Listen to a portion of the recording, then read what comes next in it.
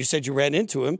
What was it like? Crazy. He was like one of the first people that we saw. Me and my buddy Evan, who's out here with me, we're walking, trying to find our way to the media center because we had no idea where we're going. And we're at the corner. We look up, Fernando Mendoza just getting out of a car right in front of us. And I was like struck by lightning, because he's the man. And so I literally just go, "Yo, Fernando Mendoza," and he turns and he goes, "What's up, my man?" And I was like, "So good to see you."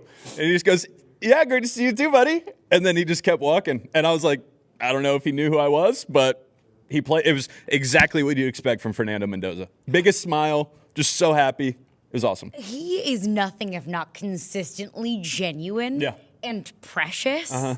And it is funny because, we're at the Super Bowl. We have the wonderful privilege to talk to wonderful people like yourself. Yeah. I had a friend of mine reach out like, "Are you going to meet Fernando Mendoza?"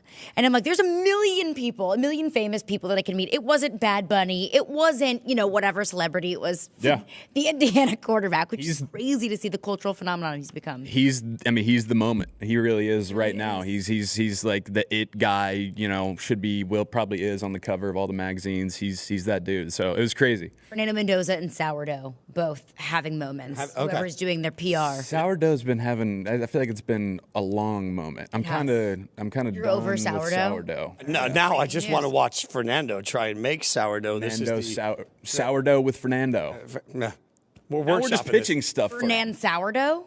Fernando, D-O-U-H. Yes. Fernando. Okay, there it is. Fernando, call me. I just want to cut a jersey. All right, so the last time you were on with us, I loved it because we went back and forth on Tomlin, right? It's great. I love your passion on this. Yeah. And so I'm genuinely excited to hear where you are now. Tomlin no longer there, obviously. Yeah. Mike McCarthy in. How are we feeling?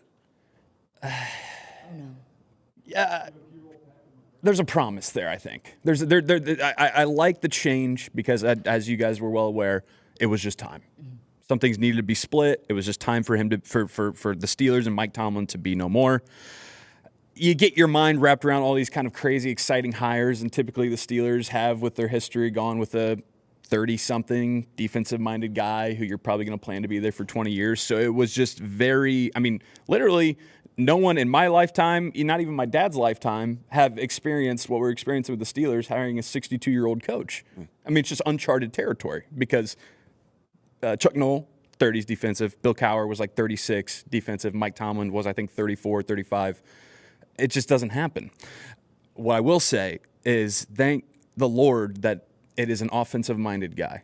I think it was just way past the time to have an offensive-minded guy come in who knows how to work with quarterbacks, who thinks that side of the ball, because that's obviously the way the league's going. And we were just stuck in the mud, man. We were stuck in the mud. And so my hope is that, whether it's with Rodgers or whether it's Will Howard, or rookie quarterback, I think you got a guy that can make something happen there offensively. Would you want Rodgers back in Pittsburgh? No. Okay. That's the thing. And I loved the experiment with him. I had a lot of fun with it. My buddy got me a Rodgers jersey. I had a blast with it. I think that year was a one-off year that we can look back and be like, I was at the Ravens game on Sunday night where he missed the kick, right? I was at that Sunday night game. Memory I'll have forever. Insane. But I think we just need to leave that over there. I think that's one caveat about the McCarthy hire is the only way it makes sense is if they roll with Will Howard in 2026, see if you can develop him into something because he's there. You brought McCarthy in to be a quarterback guy. And if he's not, then you have your answer, and maybe you win 4 games, and you're right at the top of the draft, and then you can get your guy. That's the only way it makes sense. Running it back with Rodgers, it's like we should have just had Mike Tomlin be back anyways. I know he walked away, but yeah, same stuff. All right, so let's have a little bit of fun, but we'll stick with some NFL, but we'll use some of your brilliant skill set. So hard to believe, 20 years ago yesterday, your Steelers beat the Seahawks in the Super Bowl. So you want to take us down memory lane, maybe, but instead of you taking us down, what if Jerry Seinfeld was watching that Super Bowl? How would he feel about it? I don't do Seinfeld. I don't know. I don't know why. Did somebody tell you that? It says right here in front of me. It says Jerry's.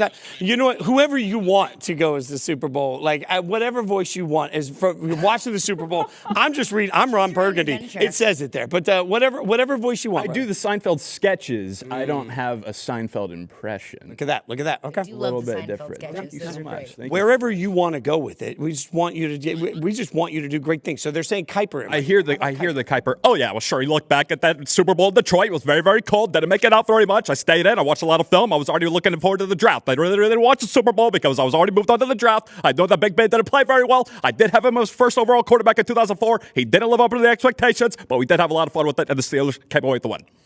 That's so good. That's so good. So good.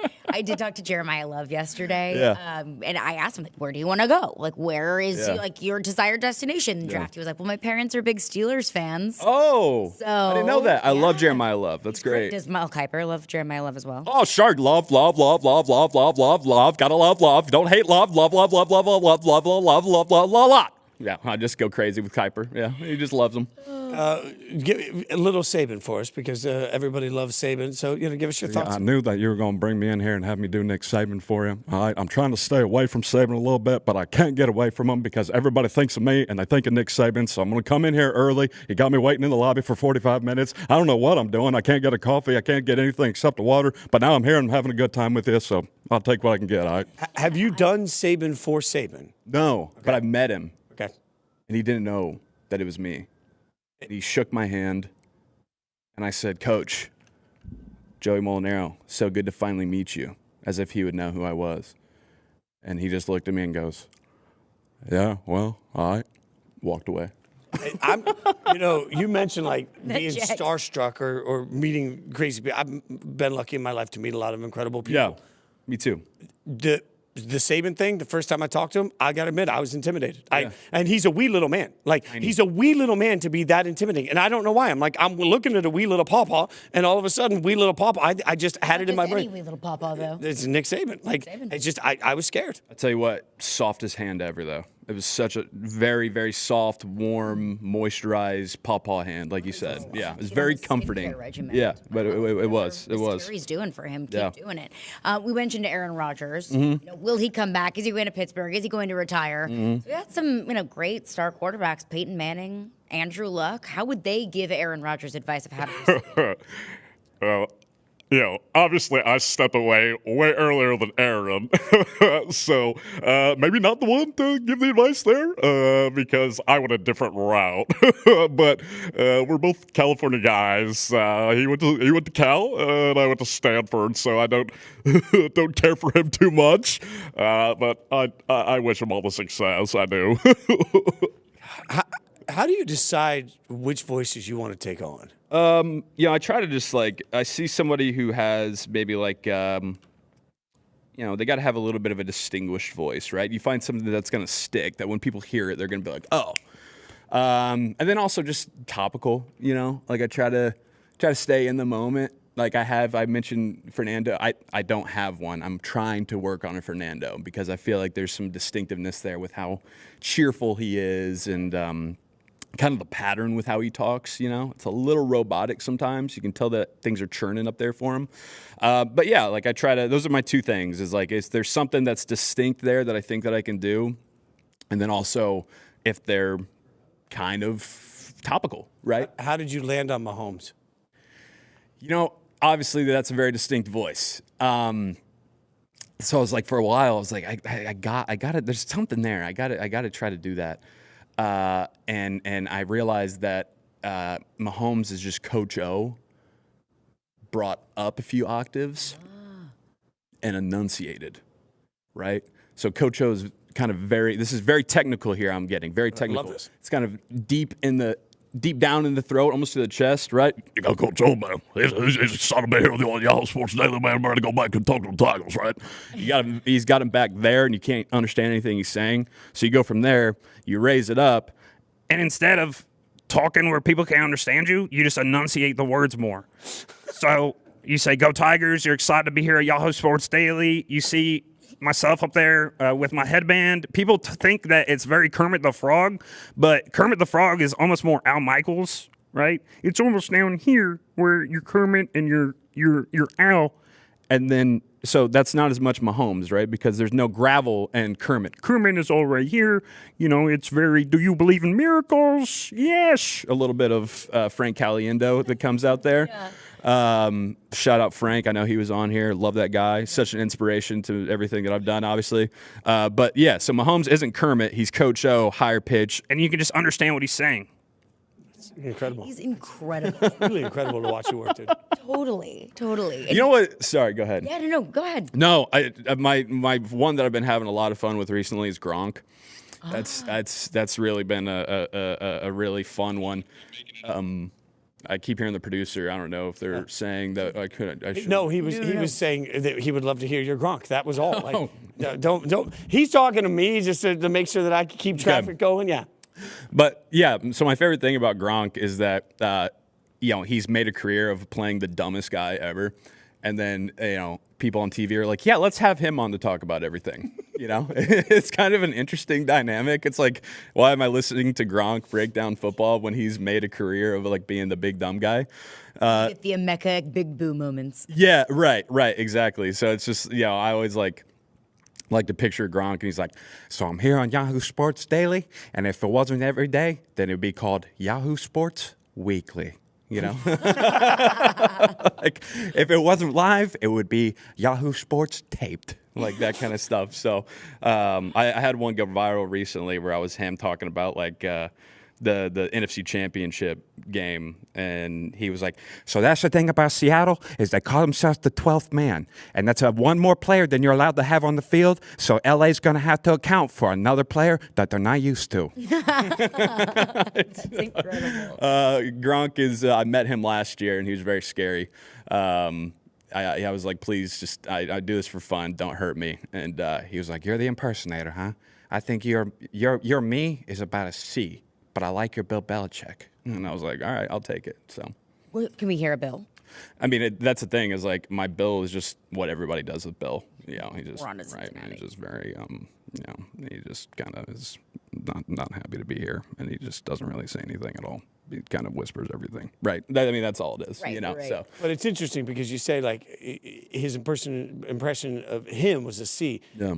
Most of the time when you meet people, do they feel like you're spot on with everybody else, but not with them, or like? I haven't met that many people that I've done an impression of. I met Cowherd, and he like got a kick out of it. I apologize to him as well because that's kind of how I lead with those things. Hey, I'm sorry. It's all just in good fun. He's like, oh no, it's an honor that you would do me. And I was like, okay, cool. Saban didn't know who I was, right? People have I've talked with Chris Collinsworth, but the thing that he said, I can't remember if I told you guys, but he told my buddy, he's like, what I love about Joey is he's just never mean-spirited. He just has fun with them. And I was like, okay, I'll take that too. So Now here's a guy. Here's a guy who just goes on and does other people on TV, and sometimes they like it and sometimes they don't. And that's pretty much it. So. Has there been anyone that you've wanted to nail down and you just couldn't quite get it for whatever reason? Yeah, Tom Brady's been really hard. Tried Brady. I don't know. I don't know how to attack it. Because he's gotten a lot better on TV. I think he's really, really good now. But I've tried, and I've set up the phone, and I've recorded, and I've tried to listen to a bunch of his tapes, and I just can't get it. Can't get it. He's such a perfectionist in everything he does. I'd be so. Totally. It's very intimidating. You're hanging out with us. You're wearing some FanDuel gear. Tell everybody what you're up to with FanDuel. I'm just rocking this stuff today. But really, where you could find me and hear me talk about all sorts of different stuff, my social channels, obviously Joey Mulinaro, JoeyMulinaro. And then that's everywhere. And then I do the show These Guys with my other comic buddy, Ben Polizzi, who I grew up with. And so basically we just, talk about like playing CYO football growing up and, NFL players from 2002 and stuff. So it's kind of like we've been told it's like every guy's group chat as a podcast. That's a really accurate description. It's 100%. Perfect. So if you're into that, come on over.